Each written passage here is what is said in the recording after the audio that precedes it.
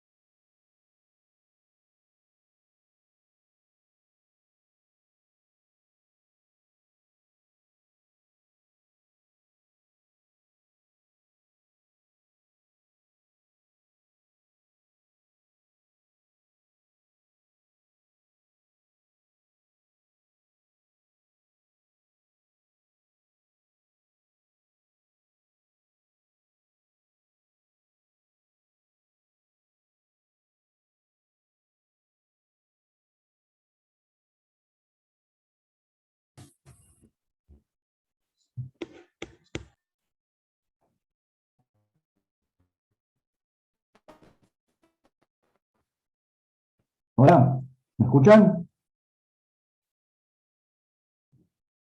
Sí. Sí, Ahí está. Va. ¿qué tal?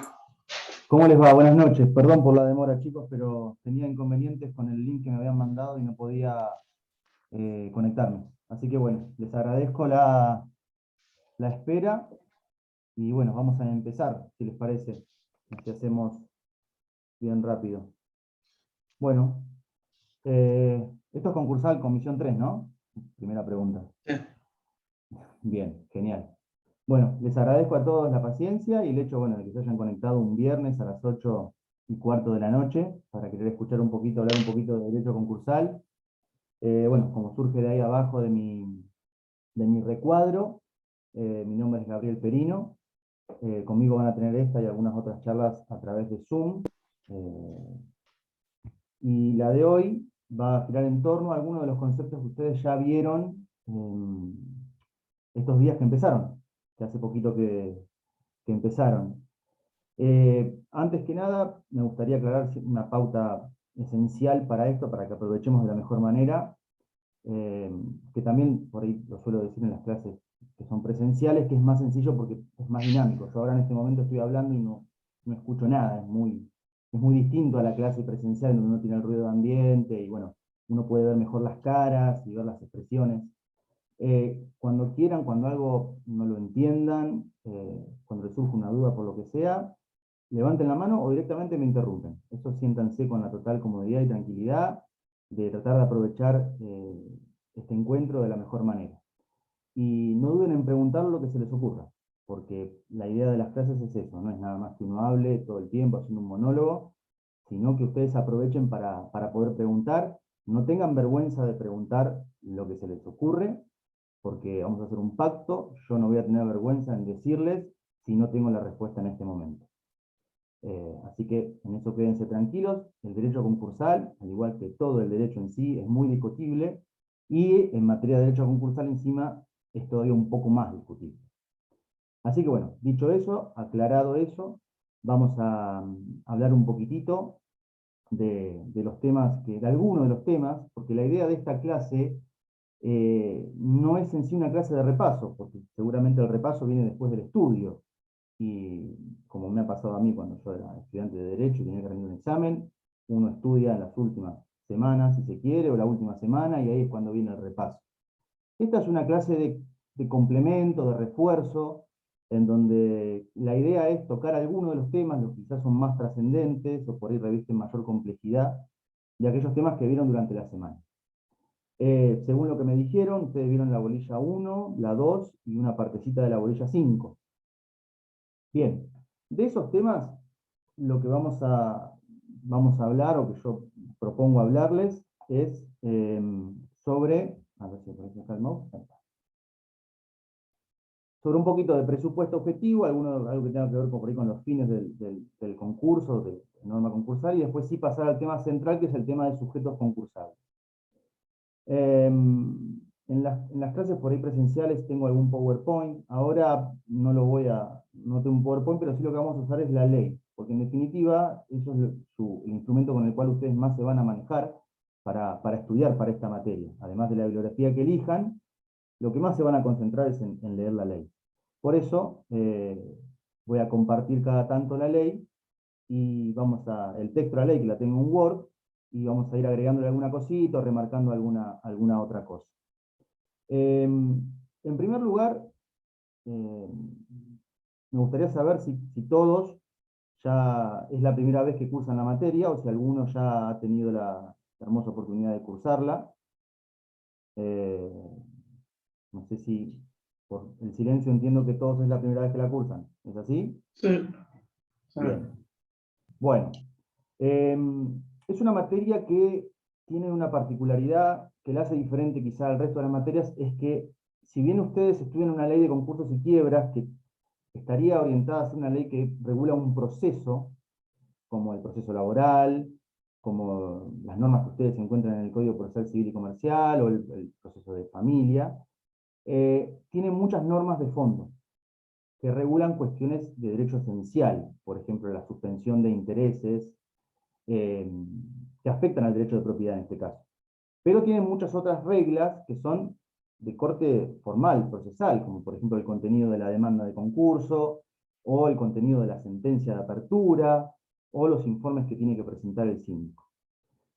Y en esta, digamos, primera etapa que ustedes van a ver, que van a analizar lo que es el concurso preventivo, si se quiere, y bueno, después algunas particularidades que tiene el concurso del garante o el concurso en caso de agrupamiento, es, si se quiere, es más sencillo por ahí que estudiar que la segunda parte, que es cuando ven la quiebra. Porque ustedes pueden trazar una línea de tiempo e ir viendo, ¿no?, los momentos que van sucediendo de ese proceso, ¿no?, la consecución de pasos procesales hasta llegar al final. Pero es una ley que por alguna, digamos, es un proceso que por caracteres que ahora vamos a dialogar, como que regula muchos aspectos. Son como muchas reglas que tienen que ir estudiando. Pero si entendemos para qué está el concurso, qué es lo que busca en términos generales, o la quiebra, quizás sea más sencillo de asimilar todas esas pequeñas reglas que van a ir estudiando. Porque si lo comparamos con el proceso, por ejemplo, un proceso sumario, en donde uno tiene una demanda, un traslado, una contestación, la oposición de excepciones, la resolución de esas excepciones, después viene la apertura a prueba, la etapa de producción de prueba, habrán alegatos o no, bueno, si en caso de que sea ordinario, y después viene la sentencia definitiva. Acá en el concurso, en la quiebra, o en el proceso concursal, vamos a llamar para englobar a ambos procesos, arrancamos con una demanda y una sentencia. Ya hay una sentencia que constituye derecho, ya es una sentencia de apertura. Y después arrancamos con un montón de sucesión de pasos procesales que tienen una finalidad. Pues bien, el concurso o la quiebra, en cierto sentido, ¿qué es lo que buscan y para qué están todas esas reglas? Para lograr algo, intentar lograr algo, que es solucionar la litis concursal. ¿Qué es esa litis concursal? El estado de cesación de pagos. Ustedes ya algo vieron, ¿no es correcto? Que está en el artículo 1, que es el presupuesto objetivo de este proceso. Entonces, todas las normas que ustedes van a ir estudiando, todos estos procesos concursales buscan eso, que el deudor concursado salga de ese estado de cesación de pagos, que solucione este problema. ¿Y cómo va a suceder eso? La ley tiene dos formas principales.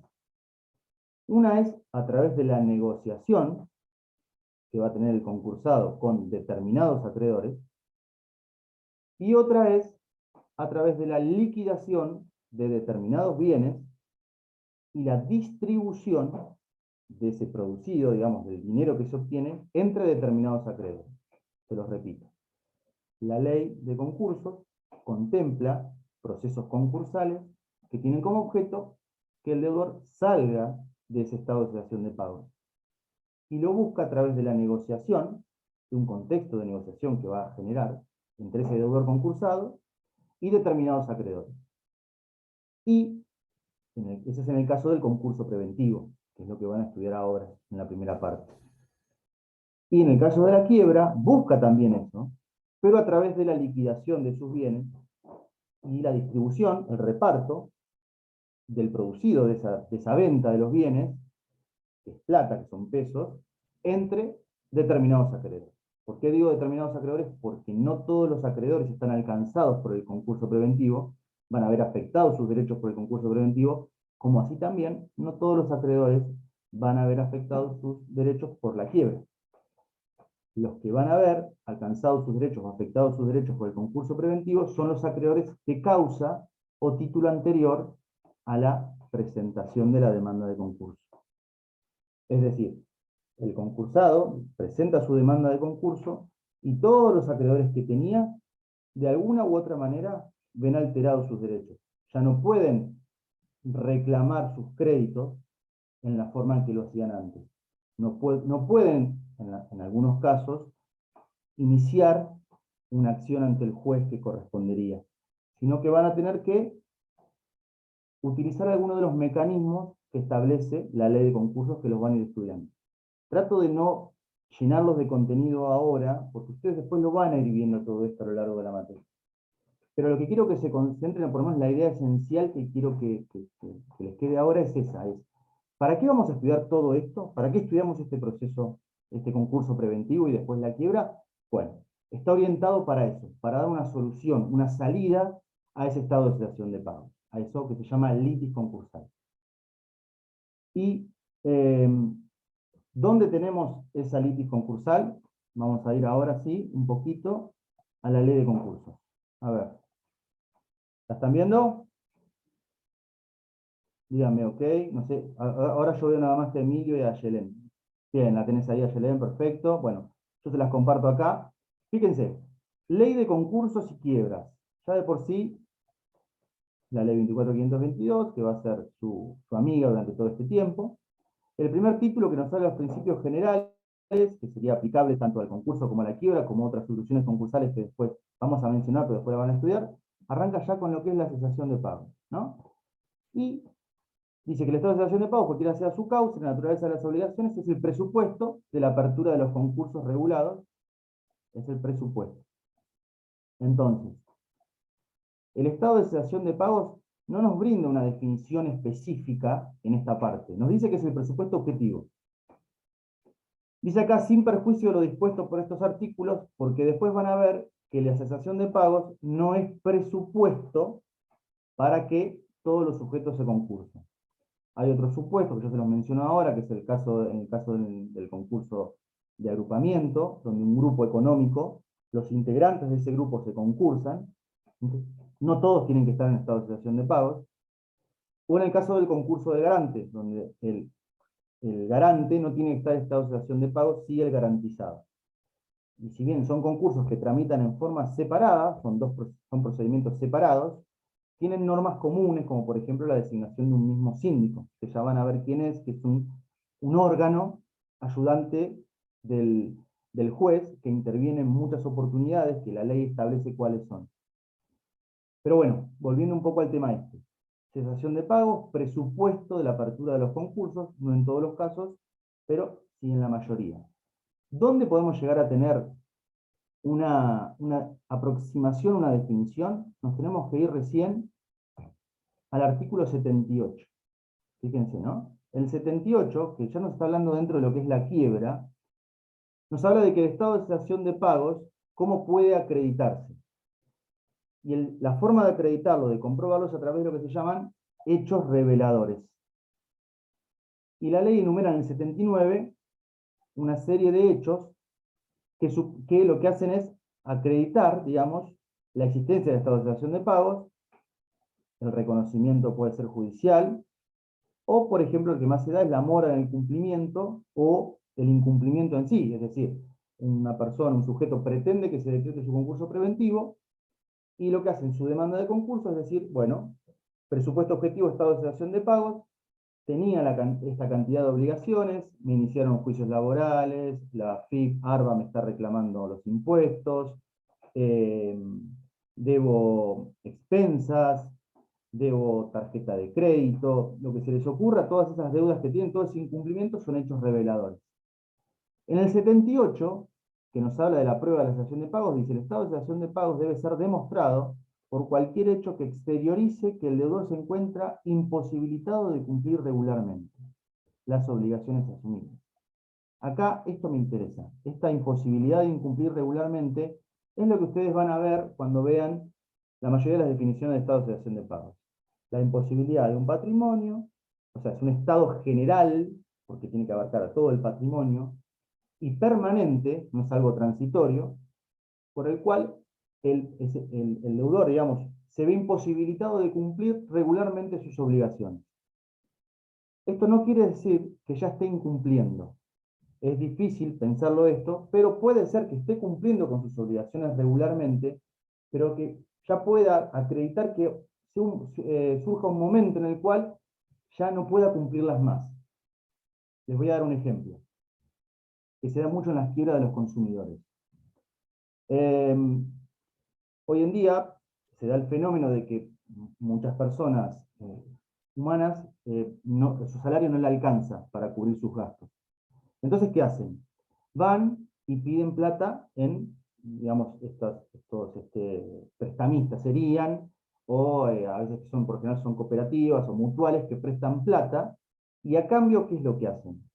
A cambio, les piden cierta información, por lo general son personas que cobran su sueldo por bancos, entonces, con esa información, este acreedor que le prestó la plata, genera un código, tiene un código que genera un descuento automático del sueldo.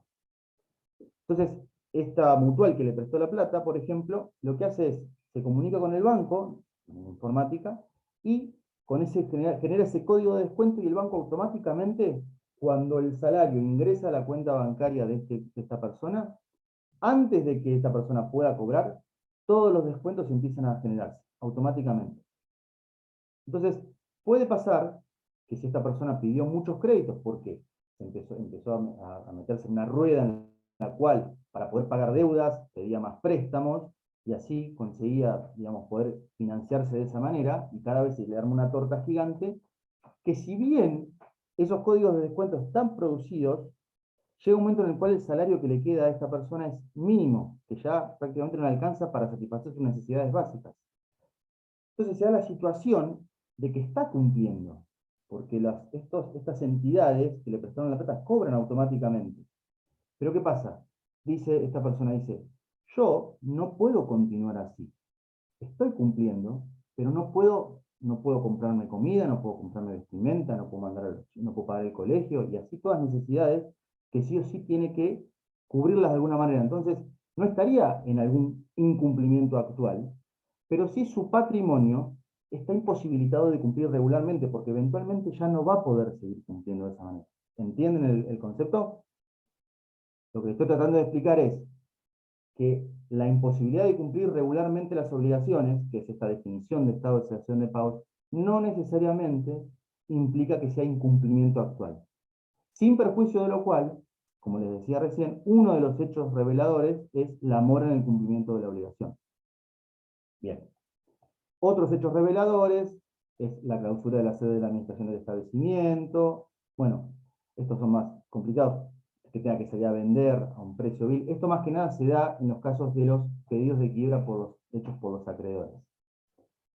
Bien, hasta acá cómo vienen, más o menos entienden un poco la idea del presupuesto del proceso. Vamos a continuar. Nos volvemos entonces para el artículo 1. Acá está, cesación de pagos es el presupuesto. Ok. Existen, siguiendo un poco con esta idea, que es lo que ustedes tienen en el programa, el concurso, el proceso concursal, es un proceso que tiene dos caracteres esenciales, que son la universalidad y la concursalidad, que también está en el programa. La universalidad nos la muestra la segunda parte del artículo primero. ¿Qué significa universalidad? Acá lo dice, produce sus efectos sobre la totalidad del patrimonio del deudor, salvo las exclusiones legalmente establecidas respecto de bienes determinados. ¿Esto qué significa? Por ahí, lo que quiere decir es que una vez que se presenta en realidad la demanda de concurso preventivo y después si se abre, el deudor concursado ya no va a poder disponer libremente como lo hacía antes de su patrimonio.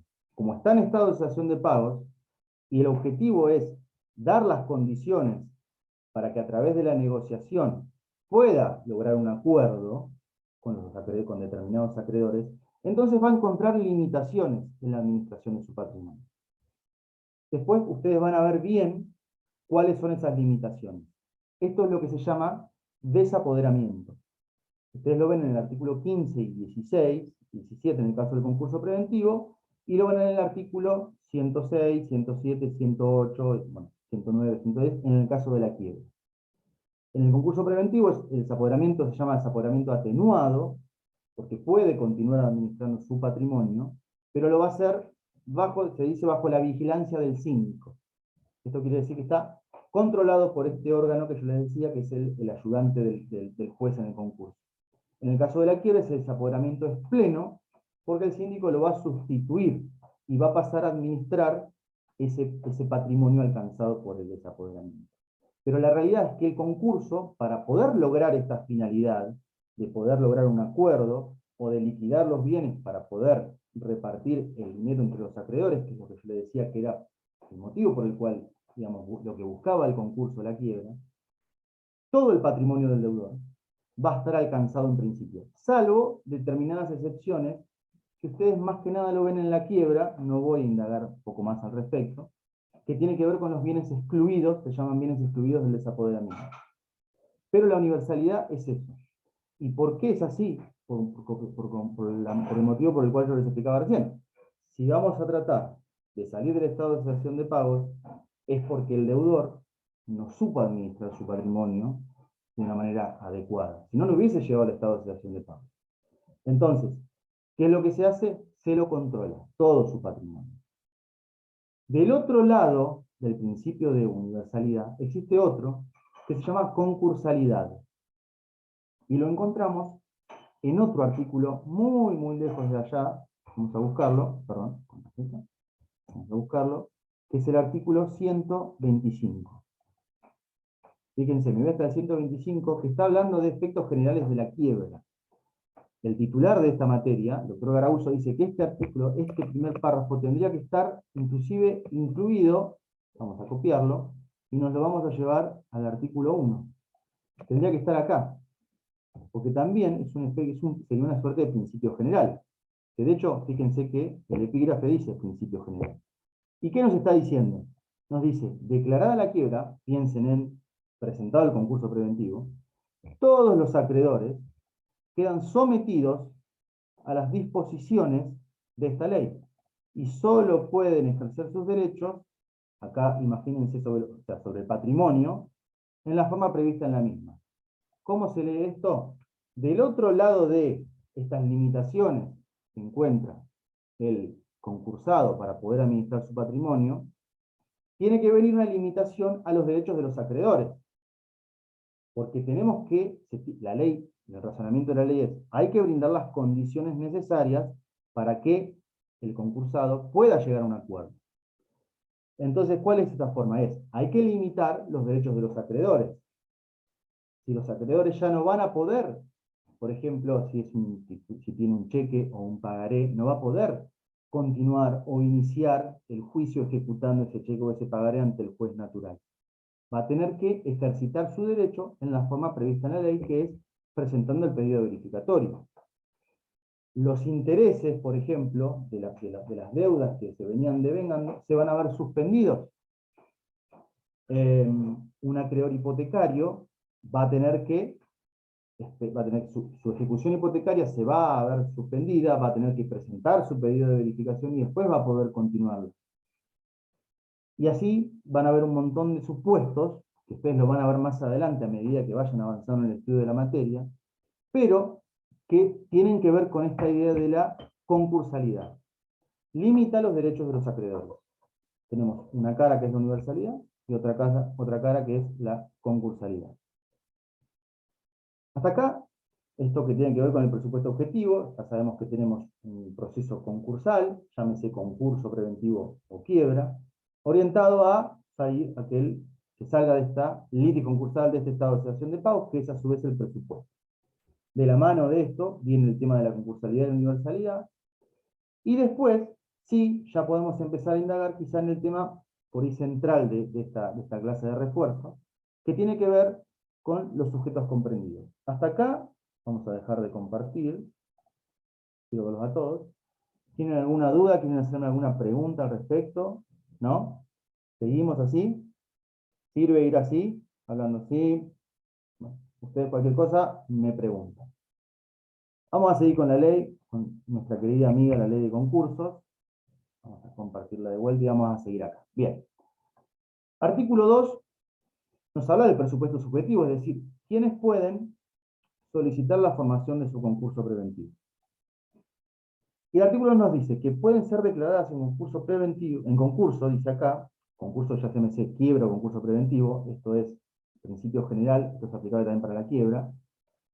Dice, las personas de existencia, fíjense esto, ¿no? Existencia visible. Esto ya, vamos a ponerlo con verde acá, ya en realidad esta terminología es anterior, porque con la reforma del con la reforma, digamos, con la derogación del Código Civil y la sanción del Código Civil y Comercial, las personas, existen las personas humanas, ¿no? Y las personas jurídicas.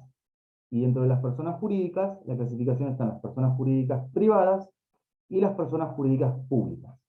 Por lo tanto, tenemos que compatibilizar esta nueva forma, esta nueva terminología que nos provee el Código Civil y Comercial, con la terminología de la Ley de Concursos y Quiebras, que es del año 95, mientras que la sanción del Código Civil y Comercial tuvo lugar en el año 2015. Cuando hacemos referencia a personas de existencia ideal, yo le diría que estemos hablando de personas humanas. Entonces, ¿quiénes son sujetos comprendidos? ¿Quiénes pueden concursarse? Las personas humanas. Una salvedad con relación a las personas humanas pueden ser aquellas que sean plenamente capaces o aquellas que tienen limitaciones en su capacidad. Por ejemplo, que tengan alguna medida de abrigo que necesiten que alguien, una especie de curador o tutor, alguien que los complemente en la administración. Estoy tratando de hablar también con la nueva ley de salud mental. Antes hablamos de incapaces o de inhabilitados. Ahora podemos hablar de que tienen capacidades limitadas. En esos casos, las personas que tienen esas limitaciones, que tienen alguna medida de abrigo, una persona que no puede administrarse por sí misma y que tiene designado judicialmente un tutor o un curador, en ese caso también se va a poder presentar en concurso, si es que está en estado de acción de pago, por supuesto, pero va a necesitar una autorización judicial en el juicio a donde tramite. Eso lo vemos en el artículo, bajo un poquitito, en el artículo 7, que hace referencia con la terminología anterior a incapaces o inhabilitados. ¿No? Entonces, estamos ahora relacionando un poquito. El artículo 2, personas humanas se pueden presentar en concurso. Si tienen limitaciones en su capacidad, vamos al artículo 7, que tiene un requisito específico. Esto después ya lo van a ver más adelante. Volvemos un poquito en la ley.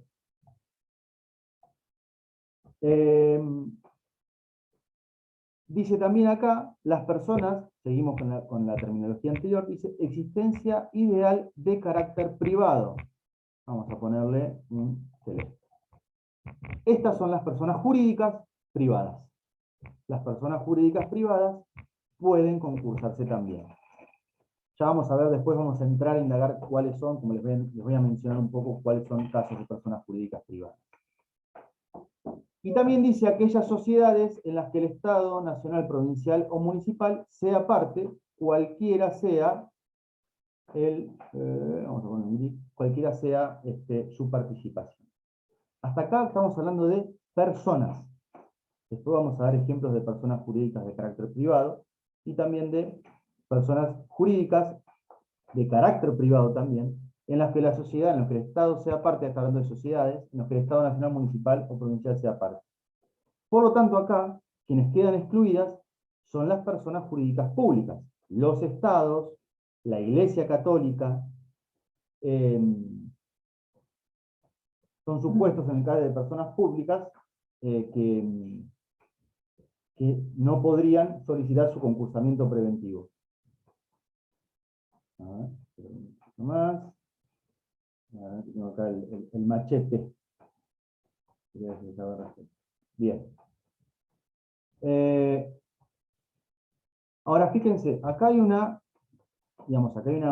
algo más que regula el artículo 2, que dice, se consideran también comprendidos, y estos, dicen, el patrimonio del fallecido y los deudores domiciliados en el extranjero respecto de bienes existentes en el país. Acá estamos hablando, en el caso del patrimonio del fallecido, y estamos hablando de supuestos que no son personas, pero que son sujetos concursales. Y esto es importante que sepan distinguirlo.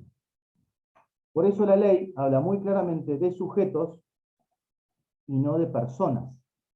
Entonces, para resumir, no todas las personas se pueden concursar, porque las personas jurídicas públicas no pueden concursarse, y tampoco las que algunas leyes especiales lo impiden, ahora vamos a hablar de cuáles son, y algunas entes de algunas creaciones que no son personas pueden concursarse. Es el caso del patrimonio del fallecido, mientras se mantenga separado del patrimonio de los sucesores, que es lo que se presume que sucede. Si recuerdan en sucesiones, las sucesiones, cuando el heredero, digamos, es investido tal carácter producto de la muerte del causante, la sucesión, digamos, asume, digamos, adquiere el patrimonio, pero lo hace bajo beneficio de inventario. No se mezclan los patrimonios, no hay confusión patrimonial. El patrimonio, lo que sería el acervo hereditario, ese patrimonio todavía continúa como independiente. De hecho, no solo es sujeto concursable, sino también es sujeto tributario. Puede tributar impuestos, porque la normativa tributaria también lo permite.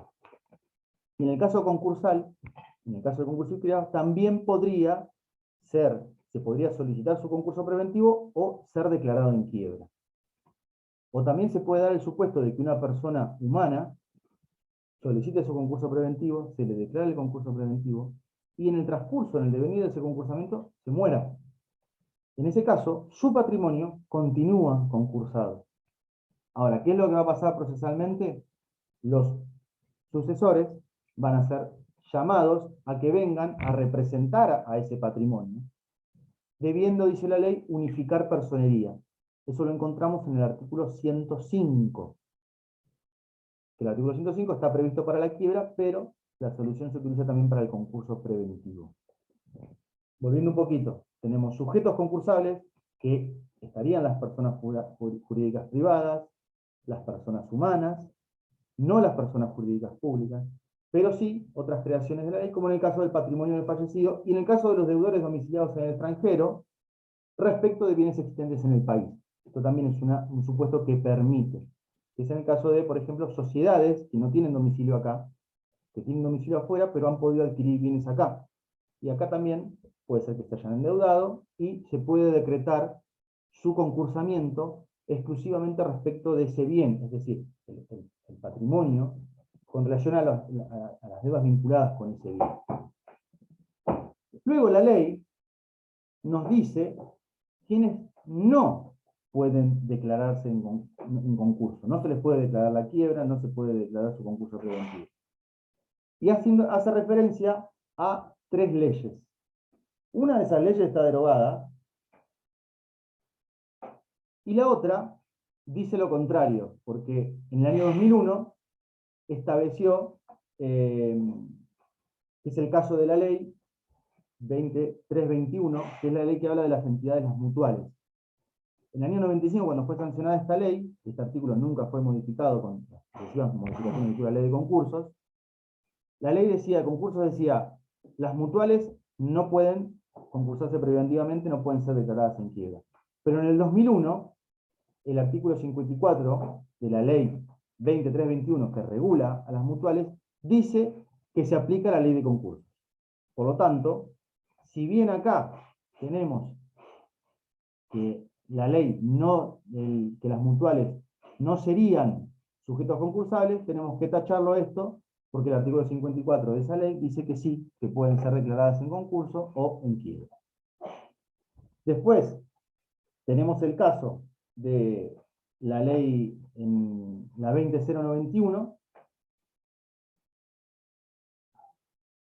que nos habla la ley de entidades, las compañías de seguro, que no pueden, es así que no pueden ser concursadas, tienen un procedimiento especial de liquidación, que es parecido al concurso y la quiebra, pero tiene sus particularidades. Por lo tanto, si bien se aplican subsidiariamente las normas del concurso preventivo y de la quiebra, de la quiebra más que nada, no estarían alcanzadas de lleno, de pleno, por la ley de concurso. Por lo tanto, no podrían solicitar la formación de concurso preventivo, o un acreedor no podría pedirle la quiebra.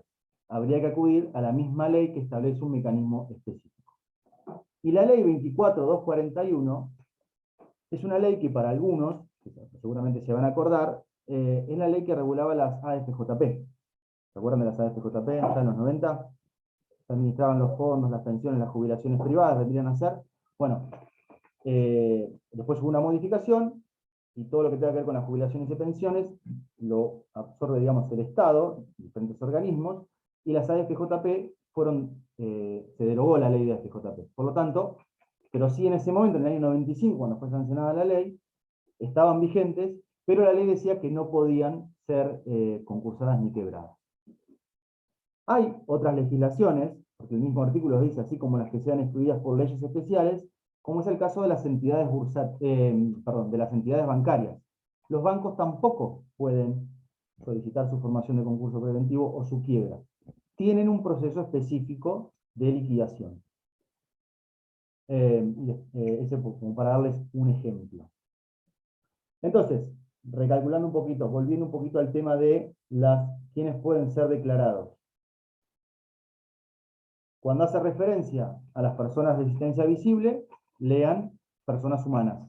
Tachamos acá, si se quiere, personas de existencia visible, y ponemos personas humanas. Después la de existencia ideal de carácter privado, esto de existencia ideal sería personas jurídicas privadas. Lo tachamos a esto que está acá. Y aquellas que sean parte del Estado Nacional. Personas, les voy a mencionar como para decirle para que respondan si le hace una pregunta sobre quiénes son personas jurídicas privadas que pueden ser declaradas en quiebra. Las sociedades regulares, las sociedades irregulares de hecho, las sociedades en formación. Después vamos a hablar un poquito del consorcio de copropietarios, las cooperativas, las entidades bursátiles, las obras sociales, como les decía, las nuevas sociedades unipersonales, también se les puede declarar en, ¿cómo se llama esto? En concurso o en quiebra. Y después, dentro de las sociedades en las que el Estado nacional, provincial, municipal sea parte, están las sociedades de economía mixta, las sociedades del Estado y las sociedades con participación estatal mayoritaria, como para mencionarles algunas. Vamos a hablar ahora de supuestos especiales de casos especiales de personas jurídicas y algunas implicancias que tienen.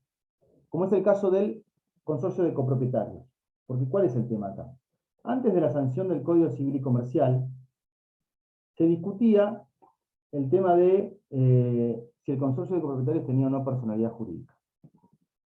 Porque la ley no menciona quiénes específicamente tienen que serlo, sino como que reenvía para hablar de qué tipo de personas. Nosotros tenemos que ir al Código Civil y Comercial.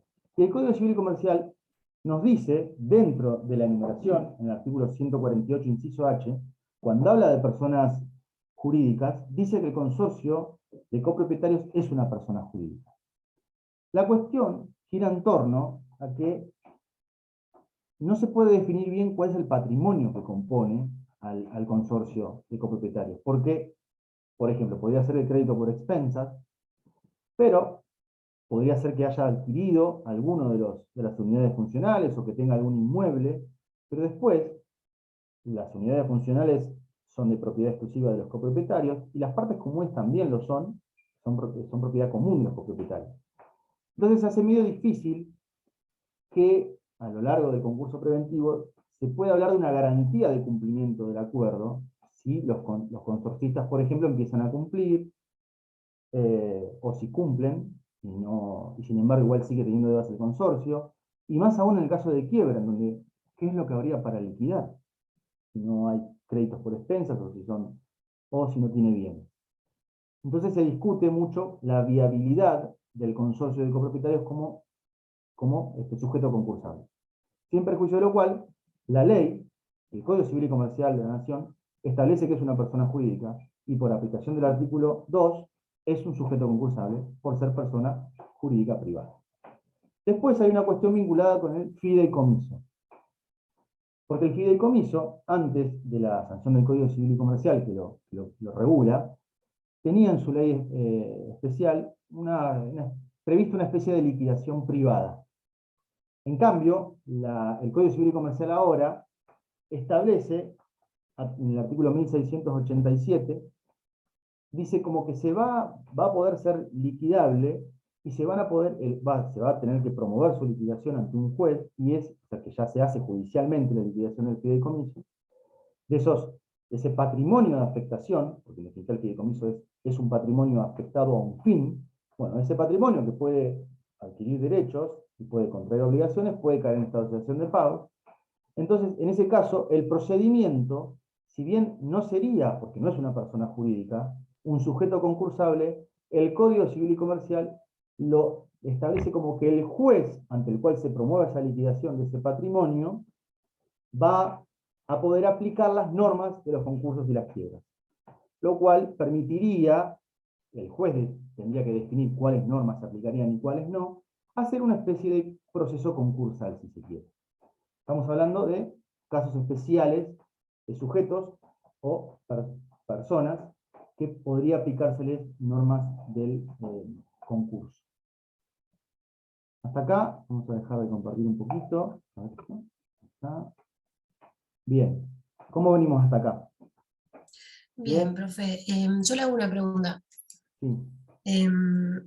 El consorcio de copropietarios entonces se podría liquidar a través de la ley de concursos y quiebras, pero no, ¿por qué artículo? Por uno del Código Civil, ¿no? Perdón, Claro, el se Código me Civil y cortó ahí. Comercial le otorga personalidad jurídica al consorcio. Era algo que se discutía antes, si tenía o no personalidad jurídica. Pero el inciso H del 148 dice, cuando enumera a las personas, a ver si lo puedo compartir acá, porque creo que tengo abierto el... No, no lo tengo acá. A ver, no. Estaba buscando el que tenía abierto el Código Civil y Comercial. El 148 dice, enumera cuáles son las personas jurídicas, y dentro de las personas jurídicas habla de la sociedad, de las asociaciones, habla específicamente del consorcio de copropietarios. Lo que se discute es cómo podría implementarse. Lo que pasa es que ahora tampoco quiero indagar mucho, porque tampoco los quiero marear mucho, hablando mucho más del concurso en sí, del proceso en sí. Porque ustedes recién arrancan, esto es muy fresquito. Entonces, por ahí me gustaría que se queden un poco con alguna idea general. Perdón. Sí. Sí, me queda una duda sobre si sería atacable, por ejemplo, respecto al consorcio, las cuentas donde está depositada la plata, que en teoría es para gastos, eh, pero si sería atacable o no, porque en todo caso, los consorcios en ese caso sí suelen tener Tienen, sí, por mucho supuesto. dinero líquido para los pagos de cuentas, eh, suelen tener, no tienen bienes liquidables, pero suelen tener cuentas con dinero líquido. Sí, sí. Sí, bueno, está en el caso particular, desde ya que sí, en este caso vos decís, son fondos de los cuales puede disponer utiliza porque provienen de las expensas. Esos fondos sí podrían ser, pero bueno, pensemos en un consorcio en el cual no tiene fondos, porque de alguna manera el de consorcio se endeudó y posiblemente no tenga tantos ingresos. Lo que se discute igual es que si no están esos ingresos porque no le pagan expensas, bueno, se concursará, pero bueno, es una discusión que se genera. La realidad es que hoy en día, si a ustedes se les pregunta, ¿es un sujeto concursable? Sí, es un sujeto concursable. ¿Por qué? Porque es una persona jurídica. Es así, esa es la respuesta, digamos. A ver, sigamos un poquito más en la ley. Ustedes después tienen cesación de pagos, universalidad, agregamos el tema de la concursalidad, algunas cuestiones asociadas a ciertos caracteres del concurso. Uno de los caracteres que tiene el concurso, que lo van a ver, es el tema de la oficiosidad, se llama. Ustedes recuerdan los procesos que hasta ahora ustedes venían manejando, por ejemplo, el proceso sumario, el proceso ordinario, un juicio de daños, imaginemos, un cobro ejecutivo, se guía más que nada por un proceso dispositivo, es decir, las partes son los que disponen del proceso. La parte es la que impulsa el proceso hacia su finalización. De hecho, si no lo impulsa durante un tiempo determinado, depende del proceso que sea, existe la posibilidad de que se decrete la caducidad de la instancia. ¿Recuerdan el instituto de la caducidad de instancia? En ese caso, el proceso concluye. ¿Por qué? Porque no fue impulsado. El concurso preventivo y la quiebra del proceso concursal, hay un principio bien lejano, que nos vamos a ir ahora, a ver si lo encuentro, por acá es el 270. A ver. Eso lo vimos, profe, el otro día con Andrea. Bien, que está hablando del tema de que la instancia no perime en el concurso. Acá está, 277. No perime la instancia en el concurso. Esto está vinculado con el carácter de la oficiosidad, que es lo que les explicaba Jorge. ¿Qué quiere decir esto? Que es lo que pasa muchas veces. Las quiebras, los concursos es más difícil, pero las quiebras pueden estar paradas durante años que nunca se va ni siquiera podría paralizarse el procedimiento. ¿Por qué? Porque el juez, por el artículo 274, tiene dirección del proceso y puede dictar todas las medidas de impulso de la causa. De hecho, es una carga que tiene. A diferencia de lo que pasa en los procesos ordinarios, sumarios, en los procesos ejecutivos, donde las partes son las que impulsan el procedimiento, el juez, por este artículo que yo les digo, y sumado al artículo del 277, que habla de que no hay prevención de instancia, no hay traducción de instancia, el juez tiene que impulsarlo y tiene que llegar a esta... ¿Por qué se tiene que llegar a esta salida? Porque se tiene que llegar a este final, se tiene que salir de alguna manera del estado de situación de pagos. Es el objetivo final y de hecho lo obliga al juez a estar encima del proceso e impulsarlo de oficio. Esto es porque es necesario que esa persona, que ese sujeto concursable, vamos a hablar con terminología correcta, salga de ese estado de situación de pagos, porque la situación de pagos afecta el crédito. Si una persona está en esas, si todos empezamos a entrar en estado de situación de pagos y todos nos quedaríamos así, afectaría el crédito, la creencia entre nosotros y afectaría el comercio. Y ese es el interés final que está detrás de todo esto. Esa es la idea, que se recupere el crédito, que se recupere la creencia entre los componentes de la sociedad. Esa es la idea, digamos, que gira en torno a todo esto. Y es la que obliga al juez a impulsar la causa.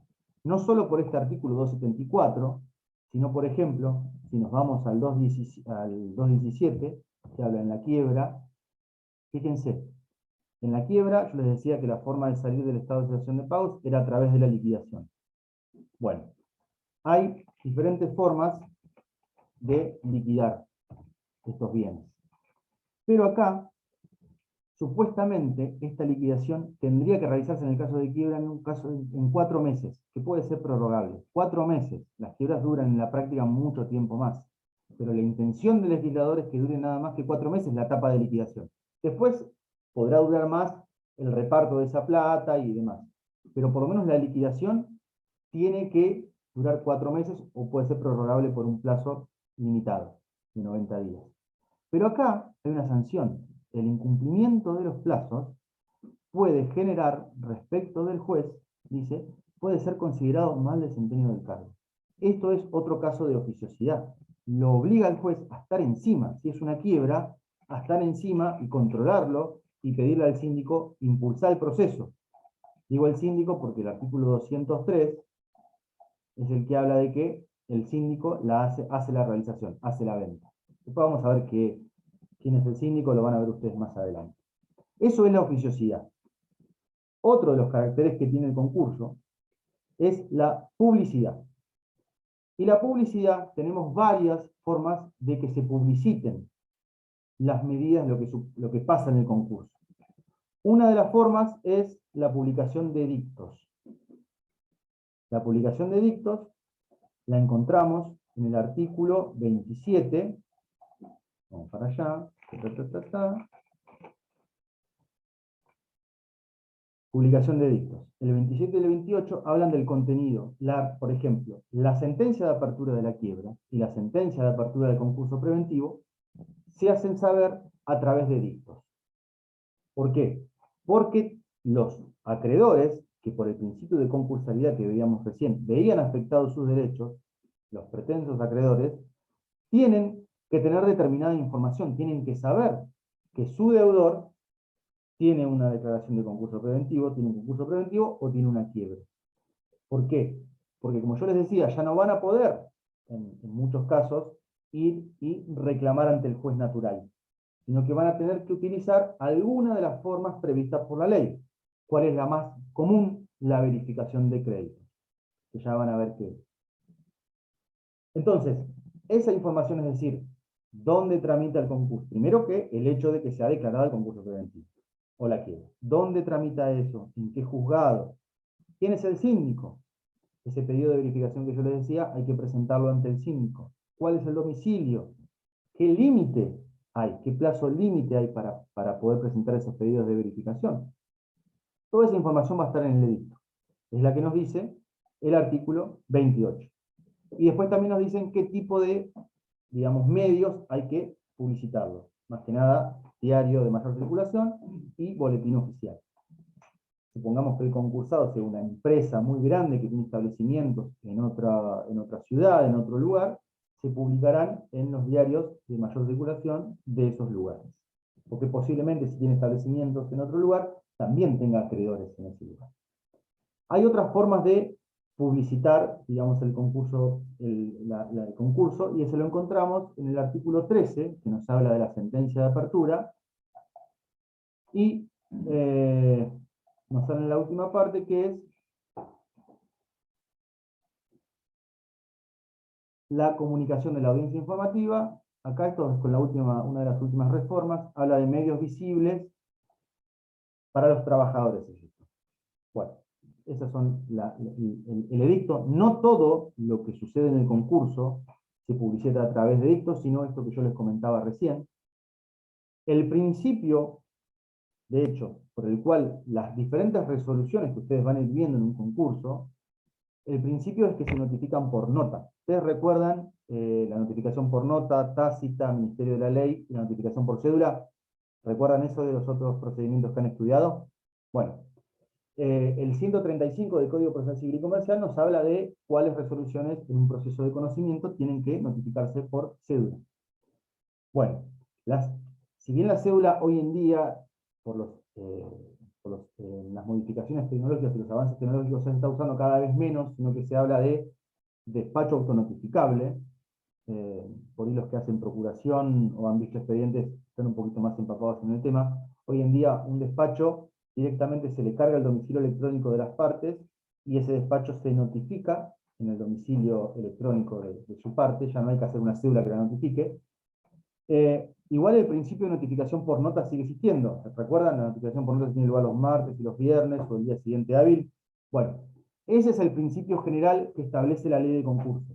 Lo establece en el artículo, en uno de los principios que establece el 273. Cuando dice que las resoluciones, la citación se hace por cédula, cuando se trae a alguien al proceso, y después las demás por nota. Esta es otra de las formas de comunicación.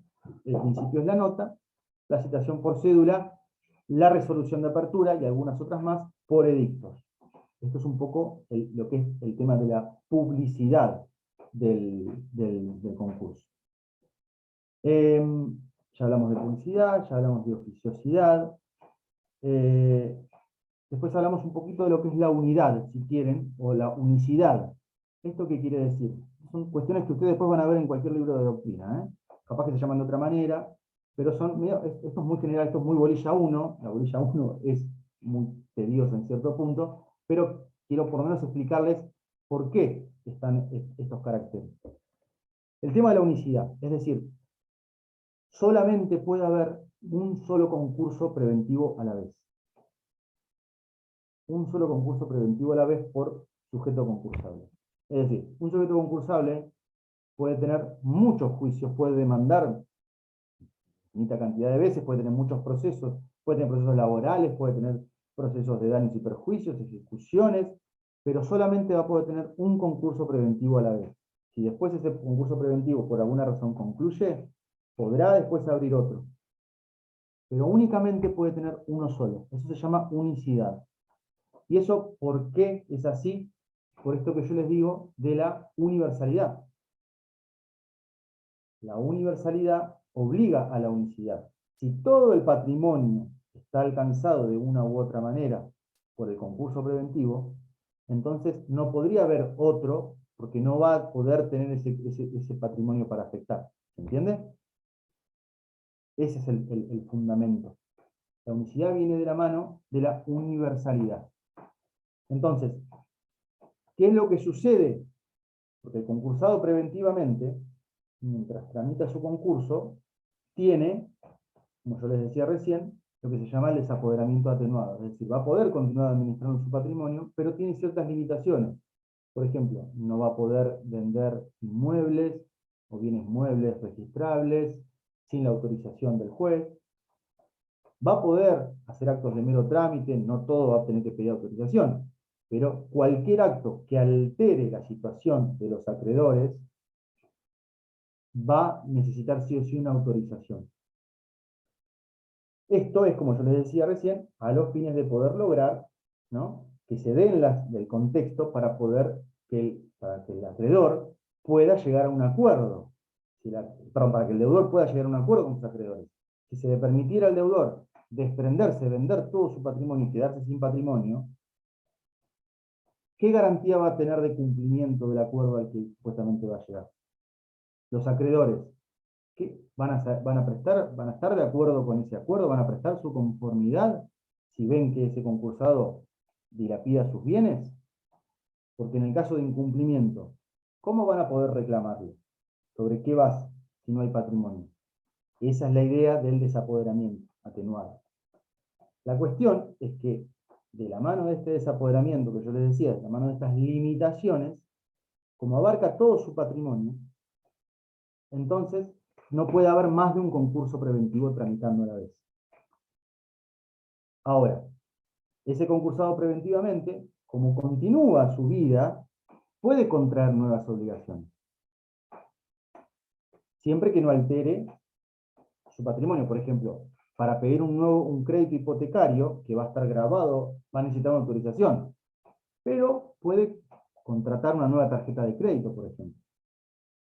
Si incumple esa obligación de la tarjeta de crédito, ese acreedor es de causa o título posterior. Yo les decía hace un ratito que los que se ven afectados por la concursalidad son los acreedores de causa o título de la presentación, en el momento de la presentación de la demanda de concurso. Este nuevo acreedor, digamos, el banco, por ejemplo, en el cual sacó esta nueva tarjeta, si no paga el resumen, no está alcanzado por el concurso preventivo. Es lo que se llama un acreedor post-concursal. Ahora, si tiene muchas de estas deudas, por ejemplo, contrató cable, contrató un nuevo trabajador, si se quiere, y tiene deudas posteriores, esos no van a estar afectados por el concurso preventivo. El deudor no va a poder pedir un nuevo concurso preventivo, porque ya va a estar tramitando este. Lo que sí puede llegar a pasar es que se pida la quiebra. Es que el concursado diga, no puedo cumplir con estas obligaciones, quiero que se decrete mi quiebra, y ahí sí este nuevo proceso universal va a abarcar a los acreedores anteriores y a los nuevos, o los acreedores pueden pedir la quiebra. Una de las cosas que tienen que saber es que el proceso de concurso preventivo solo puede ser solicitado por el sujeto concursable del artículo 2. No puede ser pedido por un acreedor. Un acreedor no puede presentar una demanda de concurso preventivo de su deudor. Pero en el caso de la quiebra, sí puede pedir la quiebra de su deudor. Existe el concurso preventivo pedido por el deudor y la quiebra pedida por el deudor, pero también existe la quiebra pedida por acreedor. ¿Entienden esa diferencia? ¿Sí? Cuando vean la quiebra lo van a ver. Bueno, por ahí me fui un poquito por las ramas, capaz que los compliqué un poquito con esto. Pero tiene que ver con el... Sí, decime. Sí, o sea que el concurso preventivo es solamente por el deudor, y Sí. en cambio la quiebra puede ser por el deudor o el acreedor. Exactamente. Bien. Los acreedores pueden pedir la quiebra de esos deudores, lo que pasa es que se genera un procedimiento porque tienen que acreditar sumariamente su crédito y tienen que acreditar también que están en estado de cesación de pagos. Es una demanda, se da un traslado, se puede abrir a prueba, y después si se acredita que está en estado de cesación de pagos, ahí sí se declara la apertura de la quiebra. En el caso de los pedidos de concurso preventivo o de declaración de quiebra hechas por los sujetos concursables, lo que hay es una demanda, que es el artículo 11, que si cumple con todos los requisitos y el juez entiende a partir de esa demanda que está en estado de cesación de pagos, no se puede abrir a prueba eso. Si de la demanda, de la documentación que trae, es suficiente para que el juez entienda, o presumiblemente entienda, de que está en estado de cesación de pagos, tiene que declarar la apertura, ya sea de concurso preventivo o de la quiebra. ¿Entiende la diferencia? Sí, perfecto. Bueno. 9:25. Yo, la verdad que soy partidario de las clases de los viernes, como son clases de refuerzo por ahí, de no ir a todos los temas que ustedes ya vieron, no las quiero extender más allá de las 10:15 porque estamos hablando que es un viernes, último día de la semana, son las 9:25 de la noche. Si quieren hablamos un poquito más de algo, No sé si tienen alguna duda que les haya surgido hasta ahora, o si no, la podemos cortar acá, yo no tengo problema. Eso como ustedes prefieran. Si quieren, vamos un poquito por... A mí lo que se me ha ocurrido es, ¿ustedes pueden ver bien la ley cuando yo se las comparto? ¿La ven bien en sus pantallas? Sí, se ve bien, profe. Bueno, En realidad creo sí, que todos teníamos una duda que sí. no estábamos seguros en cuanto a los trabajos prácticos, porque Sí. vimos que hay unos subidos en el campus que tienen fecha de vencimiento de la semana que viene y como que nadie nos comentó nada de eso. No sé si tenemos que esperar o si es que quedaron del cuatri pasado. Mirá, yo la verdad que no estoy al tanto del tema ese, pero se lo voy a consultar a Federico Vicente, que es por el que maneja más el tema de la cátedra. Ya ahora mismo, ni bien termine la clase, se lo comunico, y para el lunes tiene una respuesta al respecto. Yo no sé si ustedes tienen un grupo de WhatsApp, si armaron algo de eso. Sí, Pero, sí. a ver, yo Sí, Sí, ya intenté tenemos un grupo. Por ahí el tema alguno tiene contacto con alguno de los profes, como para preguntarle y para que él le responda, como para que se queden tranquilos el fin de semana, ¿no? yo creo que son del año pasado porque yo intenté en uno y Sí, se me cerró de golpe, cosa que me pareció raro, y me pone fecha del año pasado. a ver, lo voy a Como preguntar ahora. contestado el año pasado, o sea, Ok, que no admite otro intento. Entonces dejé el otro y no lo toqué. Por eso bueno, vamos a calculo que hacer una debe ser cosa. del año pasado. A ver si me responden ahora. Y subieron dos, 5. uno de la bolilla uno, creo que era, y el otro no me acuerdo. Pero ya te digo, en uno yo intenté, quise Sí. abrirlo y de repente me puso que ya estaba finalizado y no había más intentos. Y cuando veo la fecha que cierra, es la fecha del año pasado, Ah, ok, aunque ahora ok. tiene fecha de vencimiento el 23/1. Entonces me Claro, pareció es como raro. que, bueno, ahí pregunté. Igual no hay La verdad. apuro, pueden No, decirnos no, el seguro, desde lunes. ya. Sí, sí, tal cual. Sí, la verdad que no estoy al tanto de eso, pero sí puedo hacer, lo que puedo hacer, la gestión que les puedo hacer es consultar como para que el mismo lunes le respondan. Porque el 23, ya estamos en el miércoles 23. Por ahí el fin de semana estaría bueno que lo aprovechen si lo tienen que hacer. Si no, la verdad que sí, no se me... no, lamentablemente no les... A ver si me responden. ¿Tienen alguna otra duda al respecto? ¿Quieren que hablemos un poquito muy por arriba de lo que se van a encontrar con la ley, como para que ir ahí navegando muy, muy, muy someramente? Y si no, mientras esperamos a ver si me responden. Y si no, nada, ya la damos por finalizada, porque la verdad que tampoco los quiero enloquecer más, recién arrancan. Quiero que entiendan para qué está el concurso, más que nada, me quedé con esa idea. eh, para qué está, cuáles, bueno, los sujetos concursables, que sepan distinguir que no todas las personas son sujetos, que compatibilicen bien el tema de el lenguaje que utiliza la ley de concursos con el nuevo lenguaje que establece el Código Civil y Comercial. Ustedes me dicen, a ver, habían escrito en el chat, no sé si yo estaba. Lo vieron el miércoles. ¿Qué vieron el miércoles? Bueno, esto fue hace 20 minutos, así que. Ya. No, lo del Eh, carácter de sí, oficiosidad. el carácter de oficiosidad, sí, algo Eso, me habías dicho, eso lo Federico. vimos, claro. A ver si después había una cuestión más por ahí que tiene, esto es más doctrinario. A ver, tengo acá la guía. Es un proceso universal, proceso concursal. Eh, bueno, fines del concurso, dice asegurar la integridad del patrimonio. Esto que yo comentaba recién, impide que se desarme el patrimonio, porque supuestamente va a ser la garantía del cumplimiento del acuerdo. Cuando digo cumplimiento del acuerdo, ¿cómo sucede el tema?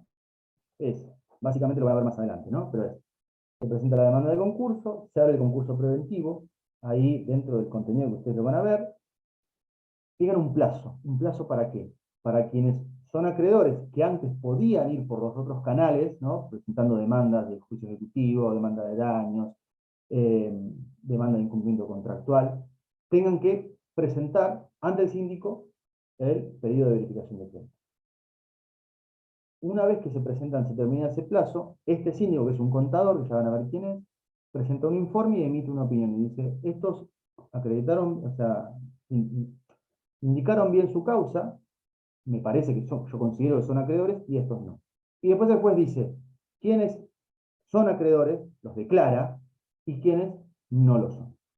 Esto para los que no lo son, o para los que lo dicen que son por menos que lo que pidieron, tienen otras vías de poder incorporarse, que después ya lo van a ver.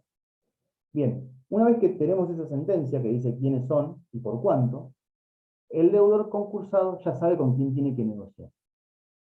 Y lo que va a hacer, después de una cierta cantidad de pasos procesales, es que va a tener un periodo de 90 a 120 días en los cuales va a tener que presentar en el expediente una propuesta de acuerdo, porque cuando uno imagina un contrato, en el contrato viene una unión de voluntades, ¿no?